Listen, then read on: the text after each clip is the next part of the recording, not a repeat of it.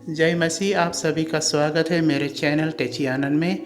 और आप सभी को मैं तहे दिल से धन्यवाद देना चाहूँगा। आप सभी का सहयोग से ये चैनल आगे बढ़ रहा है और प्रभु का संदेश, प्रभु का गीत हर जगह जगह और कोना कोना में पहुंच रहा है।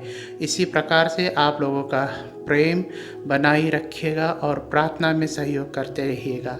आज का प्रभु का वचन गॉस्पेल मैथ्यू चैप्टर 10 वर्स 16 से लिया गया है। यहाँ पे प्रभु यीशु ने अपने शिष्यों से कहा, देखो मैं तुम्हें एक मेमने की तरह भेज रहा हूँ भेड़ियों के बीच में, इसलिए तू सर्प की तरह बुद्धिमान बन और कबूतर की तरह तू जो है नम्र बन। यानी यह संसार जो है भेड़ियों से भरा हुआ है।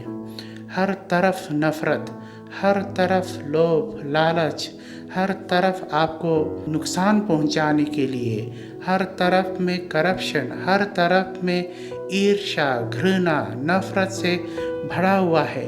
और इस संसार में आपको जो है एक मेमना की सामान भेज रहा है।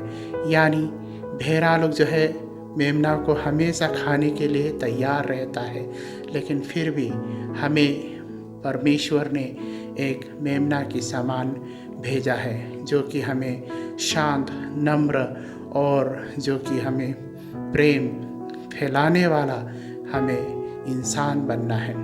और प्रभु ने कहा है हमें बुद्धिमान बनना है, सर्प के समान और कबूतर की तरह जो है हमें किसी को हानि नहीं पहुंचाना है, हमें नम्र बनना है। तो बहुत सारे विश्वासी लोग जो है इसको गलत धारणा और गलत उसको सोच लेता है कि हमको सर्प का जैसा होना है। यानी सर्प जो क्या करता है, लोगों को डसता है और वो विषैला होता है, लोगों को मारता है। हमें विषैला सर्प नहीं होना है। यहाँ में यीशु मसीह ने विषैला सर्प बनो नहीं कहा है हमें बुद्धिमान बनना है। जैसा सर्प चंचल है, बुद्धिमान है, उसका स्वभाव को लेना है, ना कि हमें डसना है, ना कि हमें किसी को नुकसान पहुंचाना है। क्योंकि यहाँ में कहा है कबूतर की तरह जो है हमें हानिहीन होना है, किसी को हानि नहीं पहुंचाना है। तो इसीलिए हमें जो है नम्र होना है। परमेश्वर के वचन में यीशु मसीह ने इस प्रकार से कहा है, मैथ्यू चैप्टर 5 वर्स 5 में, धन्य है जो नम्र है क्योंकि उसी का ही संसार होगा, पृथ्वी उसके अधीन होगा जो नम्र है। इसलिए हमें नम्र बनना है। मैथ्यू चैप्टर 5 वर्स 7 में कहा है, जो दया दिखाता है वो धन्य है क्योंकि उसी के ऊपर ही दया दिखाया जाएगा। फिर प्रभु यीशु कहता है मैथ्यू चैप्टर 5 वर्स 9 में, धन्य है वो जो शांति बनाता है क्योंकि उन्हें परमेश्वर का संतान कहलाएगा। तो हम परमेश्वर का संतान हैं, तो हमारा कर्तव्य बनता है, हमारा ड्यूटी बनता है कि हमें शांति बनाना है। जहाँ कहीं भी जाए हमें शांति का ही काम करना है, अशांति नहीं फैलाना है। फिर पहला पत्रस 3:9 यानी 1 पीटर चैप्टर 3 वर्स 9 में कहा है कि हमें बुराई के बदले बुराई नहीं देना है, गाली के बदले गाली नहीं देना है, क्योंकि हमें आशीष बनने के लिए बुलाया गया है और हम सभी के ऊपर आशीष बनना चाहिए। तो यानी हम किसी के ऊपर में श्राप नहीं बनना है, कर्स नहीं बनना है, लेकिन हमें ब्लेसिंग्स, आशीष बनना है। अगर आप किसी के लिए कर्स बन रहा है, अगर आप किसी के लिए दुख पहुंचा रहा है, आप किसी के लिए नुकसान पहुंचा रहा है, तो दैट्स मीन्स आप ब्लेसिंग नहीं हो रहा है। तो दैट्स मीन्स आप जो है सोचिएगा कि आपका कॉलिंग, परमेश्वर का बुलावा हाथ आपका ऊपर में कैसा है। ये सोचने वाली बात है। फिर epistle chapter 12 of Roman verse 17 यानी रोमिया 12:17 पद में कहा है, बुराई के बदले हमें किसी को बुराई नहीं करना है और जो बात सब लोगों के लिए अच्छा है, भली है, उसी का ही बात को हमको चिंता करना है। यानी किसी को बुराई करके, किसी को बदनाम करके, किसी को ठेस पहुंचा के, किसी को हानि करके, किसी का चुगली करके हमें जो है ऐसा नहीं करना है।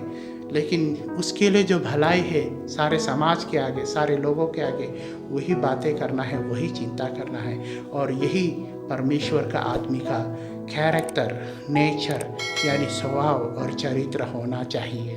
फर्स्ट पीटर चैप्टर 3 वर्स 10 में कहा है, जो जीवन को प्रेम करता है वो सारा अच्छाइयों को देखेगा और वह सारा बुराई उसका जीव का, यानी जीव से हम क्या बोलता है, चुगली करता है किसी का, झूठ बोलता है, नफरत फैलाता है, ये सारा चीज़ को जो है छोड़ना है, रिफ्रेन करना है। अंग्रेजी में रिफ्रेन कहा है, यानी इसका त्याग करना है और उसके मुंह से जो है छल कपट की बातें दूर हटना चाहिए।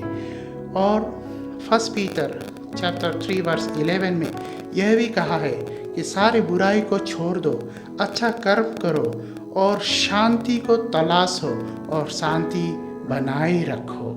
फर्स्ट पीटर चैप्टर 3 वर्स 12 में कहा है, परमेश्वर की आंखें धार्मी जनों के ऊपर रहता है और उसकी कान खुला रहता है धार्मी जनों की प्रार्थनाओं का, और उसका चेहरा जो है उन लोगों के विरुद्ध खड़ा होता है, उन लोगों का विरुद्ध रहता है जो बुराई करता है। तो इसीलिए हमें परमेश्वर से डरना चाहिए, क्योंकि हम परमेश्वर को विश्वास करने वाले ये मानते हैं कि परमेश्वर सर्वव्यापी है, यानी गॉड्स प्रेजेंस इज़ एवरीवेयर। परमेश्वर का उपस्थिति हर जगह है।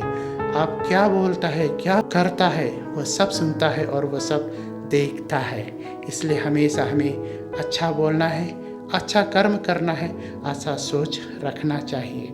फिर जेम्स चैप्टर 1 वर्स 17, याकूब का पत्र 1 अध्याय 17 पद में कहा गया है, सभी अच्छाई चीज और अच्छा वरदान, जो सिद्ध वरदान जो है ऊपर से आता है, जो कि पिता परमेश्वर हमें देता है। तो हमारे पास में वो अच्छा वरदान, अच्छा गिफ्ट है कि नहीं है, ये हमें जांचना है, परखना है, ना कि हमारे अंदर में बुराइयां हैं, ये भी हमें जांचना है। अगर बुराइयां हैं तो उसे निकाल फेंकना है। इसलिए हमें बुद्धू बन के नहीं रहना है, मूर्ख बन के नहीं रहना है। परमेश्वर को हम धोखा नहीं दे सकता है, क्योंकि वचन में कहा है, हम जो बीज बोएगा उसी बीज का फल ही काटने को मिलेगा। गैलेशियन चैप्टर 6 वर्स 7।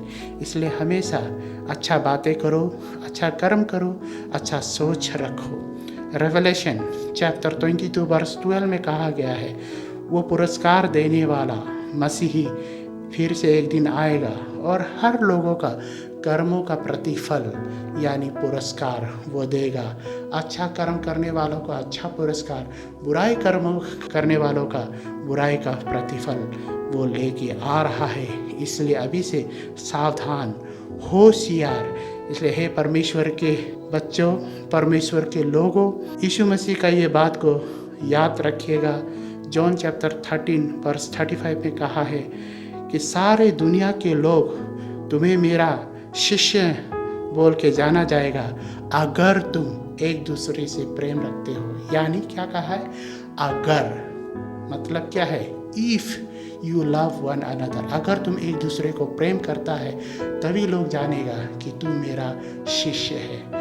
तो हमें प्रेम करना है, ना कि नफरत करना है। हमें अच्छाई बोली बोलना है, ना कि हमें चुगली, ना ही किसी को नफरत का बोल बोलना है। हमें अच्छा सोच रखना चाहिए दूसरे के प्रति, ना ही बुराई सोच। तो मन शुद्ध होगा तब परमेश्वर हमारे मन में विराजमान होगा और हमारी प्रार्थना को परमेश्वर सुनेगा।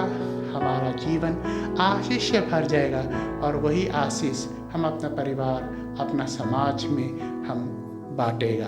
प्रभु आप सभी को आशीष करे इस वचन के द्वारा, आमीन। और मैं आप सभी से निवेदन करता हूँ, कृपया ये चैनल को आप सब्सक्राइब कीजिएगा अगर आप नया हैं, और दूसरों को ज़रूर शेयर कीजिएगा ताकि परमेश्वर का वचन सारे लोगों तक पहुँच सके और बीच बीच में परमेश्वर का गीत, परमेश्वर का वचन, परमेश्वर का भजन सभी को सुनने को मिले और परमेश्वर का इस कार्य को आप लोग जो है प्रोत्साहन यानी इनकरेज करते रहिएगा। प्रभु आप सब इसको आशीष दे, आमीन।